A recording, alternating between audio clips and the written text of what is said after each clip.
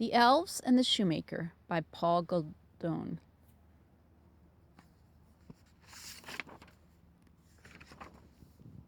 The Elves and the Shoemaker.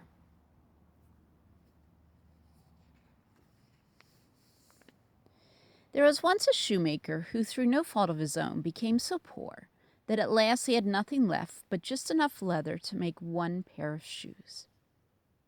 He cut out the shoes at night so he could set to work on them the next morning.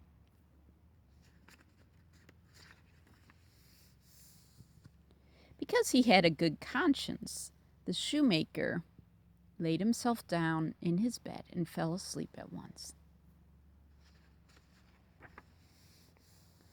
In the morning, after he had said his prayers, the shoemaker went to his workshop, and there he found the pair of shoes made and finished and standing on his table. He was very much astonished and could not tell what to think. He took the shoes in his hands to examine them more carefully, and they were so well made that every stitch was in the right place, just as if they had come from the hand of a master workman. Soon a customer entered, and as the shoes fit him very well, he paid more than the usual price for them. Now the shoemaker had enough money to buy leather for 2 more pairs of shoes. He cut them out at night and intended to set to work the next morning with a fresh spirit. But that was not to be, for when he got up, they were already finished. And a customer soon bought them and gave the shoemaker so much money he was able to buy enough leather for 4 more pairs. Early the next morning he found the 4 pairs finished also. And so it always happened. Whatever the shoemaker cut out in the evening was finished by the morning, and soon he was making a very good living. One night, not long before Christmas, when the shoemaker had finished cutting out the shoes from the leather, he turned to his wife before he went to bed and said, "How would it be if we were to stay up tonight and see who it is that does us this service?"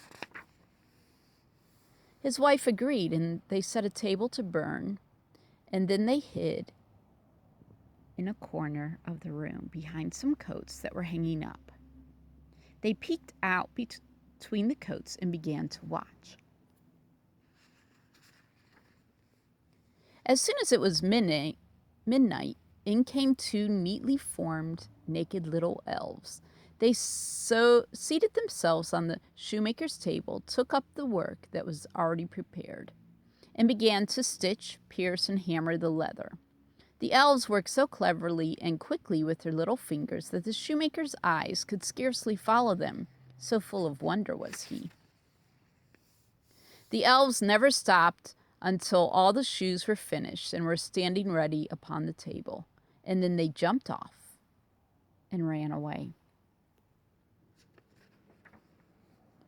The next morning the shoemaker's wife said to her husband, "Those elves have made us rich, and we ought to show them how grateful we are. With their running about and nothing to cover them, they must be very cold." And then she smiled and said, "I tell you what, I will make little shirts, coats, waistcoats, and breeches for them, and knit each of them a pair of stockings, and you shall make each of them a pair of shoes." The husband willingly consented, and that night, when everything was finished, they laid their gifts on the table instead of the cut-out leather. And then they hid themselves so they could observe how the elves behaved when they saw their presents.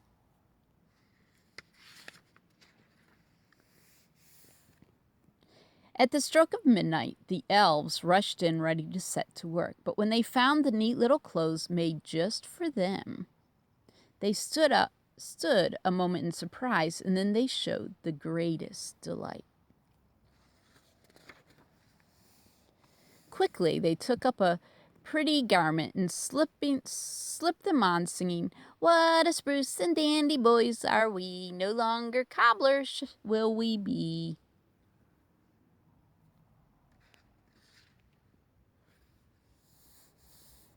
They hopped and danced about, jumping over tables and chairs, and at last they danced out the door.